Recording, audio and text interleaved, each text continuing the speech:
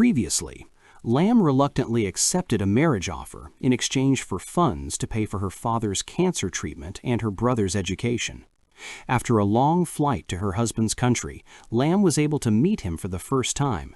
He was exactly what she envisioned.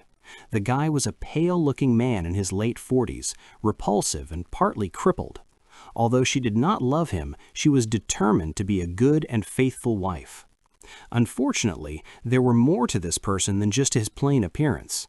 Her husband was an overly insecure and paranoid human being.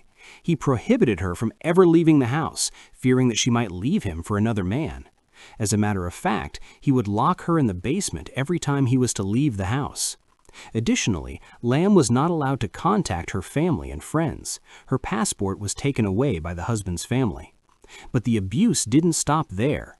She was the subject of brutal beatings by her in-laws. In several instances, they threatened to burn her hair unless she obeyed them.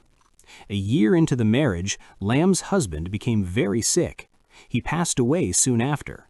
While everyone was attending his funeral, Lamb remained locked away in the basement. She was sad and confused. What had she done to deserve this? Why wasn't she allowed to bid her husband a final farewell?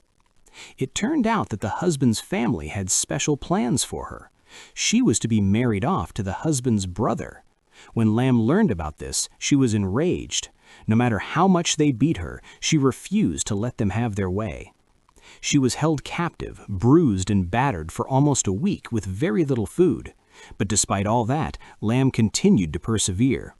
If poverty could not take her down, this would definitely not. With help from a concerned neighbor, Lamb was later rescued by the police. At last, she was free.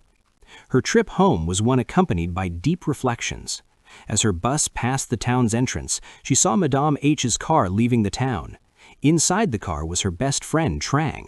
Watching history repeating, Lamb was disheartened. Fate can sometimes be cruel.